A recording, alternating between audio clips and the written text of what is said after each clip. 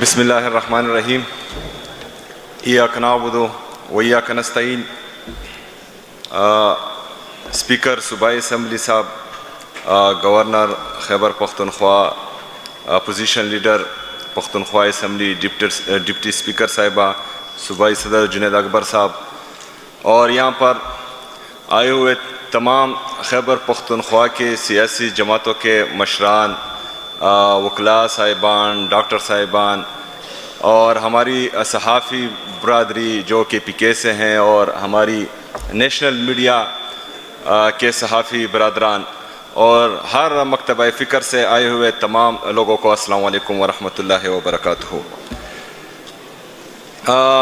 آج کی یہ کوشش آپ سب کے مرہون منت ہے. آپ سب نے, تمام سیاسی پارٹیوں نے, تمام ہر مکتبہ فکر کے لوگوں نے اس میں کلیدی کردار ادا کیا. میں آپ سب کو خراج تحسین پیش کرتا ہوں, اور یہ توقع رکھتا ہوں کہ انشاءاللہ تعالی دہشت گردی کا جو ناسور ہے, جو خیبر پختونخوا کو 20 سالوں سے کھا رہا ہے, بلکہ اسے زیادہ سے کھا رہا ہے, تو انشاءاللہ اس کا ایک پائیدار اور مستقل حل انشاءاللہ آج نکلے گا. ہماری یہ کوشش امن کے لیے ہے. ہم بار بار امن کی بات کرتے ہیں, لیکن بدقسمتی سے کچھ لوگوں کو برا لگتا ہے. لیکن اگر ہم فرض کرے کہتے ہیں کہ امن ہونا چاہیے, تو امن تبھی ہوگا جب دہشت گردی کا خاتمہ ہوگا. تو دہشت گردی کے خاتمے کے لیے جو بند کمروں کے فیصلے ہیں جو ہم پر مسلط ہوتے آئے ہیں, تو ان سے ابھی تک یہ دہشت گردی ختم نہیں ہوئی. ہم چاہتے ہیں کہ اس پالیسی میں شفٹ آنا چاہیے. وہ شفٹ کس طرح آئے گا کہ ہم نے آؤٹ آف دی باکس جا کر, بند کمروں سے نکل کر, باقی لوگوں کو بھی تھوڑا عقل مند سمجھ کر, سیاستدانوں کو بھی تھوڑا عقل و شعور والا سمجھ کر, تمام سیکیورٹی فورسز کو, خیبر پختونخوا کے سٹیک ہولڈرز کو, یہاں کے تمام سیاسی پارٹیوں کے سربراہان کو, ہر مکتبہ فکر سے لوگوں کو اپنے ساتھ بٹھا کر ایک پالیسی بنائی جائے. اور وہ پالیسی اگر پھر امپلیمنٹ ہوگی تو اس کا حل بھی نکلے گا, اور وہ جو ہے تمام لوگوں کو قابل قبول بھی ہوگی. لیکن شارٹ ٹرم کی پالیسی نہیں کہ آج میں اعلان کرتا ہوں کہ دہشت گردی ختم ہو گئی ہے اور 3 سال بعد پھر دوبارہ دہشت گردی سر اٹھائے گی. یہ پالیسی نہیں. پالیسی وہ کہ once for all Khyber Pakhtunkhwa سے یہ دہشت گردی کا ناسور مکمل طور پر ختم ہو جائے. کیونکہ یہ عوام ہمارے ہیں, ہماری سیاست ہر بندے کی اپنی اپنی ہے, لیکن امن ہمارا مشترکہ ہے. یہاں پر اگر بم پڑتا ہے تو یہ نہیں دیکھتا کہ یہ پی ٹی آئی والا ہے یا نیشنل پارٹی والا ہے یا پیپل پارٹی والا ہے. یہاں پر ہمارے سیاسی مشران بیٹھے ہوئے, ہر بندے نے قربانی دی ہے. کسی نے اپنے بیٹے کو گوایا ہے, کسی نے اپنے شوہر کو گوایا ہوا ہے, کسی نے اپنے والد صاحب کو گوایا ہوا ہے. اس دہشت گردی کے جنگ میں ہم نے قربانیاں دی ہیں. خیبر پختونخوا کی عوام نے قربانیاں دی ہیں, یہاں کے سیاسی لوگوں نے قربانیاں دی ہیں, ہر مکتبہ فکر کے لوگوں نے قربانیاں دی ہیں. ہماری سیکیورٹی فورسز, چاہے وہ فوج ہے, چاہے ہماری پولیس ہے, چاہے ہماری سی ٹی ڈی ہے, ان سب نے قربانیاں دی ہیں. تو 2018 میں امن قائم ہوا تھا اور اس کا اعلان باقاعدہ ہو چکا تھا. لیکن ابھی ایک دفعہ پھر جو ہے وہ آ رہا ہے. تو میں چاہتا ہوں کہ جو حل ہم بتا رہے ہیں شاید وہ آپ لوگوں میں سے کسی کو پسند نہ ہو یا کسی اور کو پسند نہ ہو. ہم چاہتے ہیں کہ آپ تمام اس کا حل آج ہمیں دیں. تو انشاءاللہ تعالی میں آپ سے وعدہ کرتا ہوں کہ خیبر پختونخوا کی حکومت دہشت گردی کی اس ناسور کو مٹانے کے لیے اور خیبر پختونخوا میں امن لانے کے لیے خیبر پختونخوا کی حکومت آپ لوگوں کا مکمل ساتھ دے گی انشاءاللہ تعالی. اس میں ایک اور چیز بھی ایڈ کرتا ہوں. جس طرح جنید اکبر صاحب نے بھی بات کی کہ ہمارے جو یہاں کی سیاسی پارٹیاں ہیں, جو وفاقی حکومت میں بھی کچھ پارٹیاں بیٹھی ہوئی ہیں, ہمارے این ایف سی کا شیئر ہیں جو تقریباً 400 بلین تک بنتا ہے, کیونکہ 14.6 اگر فاٹا کا انتظامی مرج ہو چکا ہے لیکن فائنینشلی مرج ابھی تک نہیں ہوا.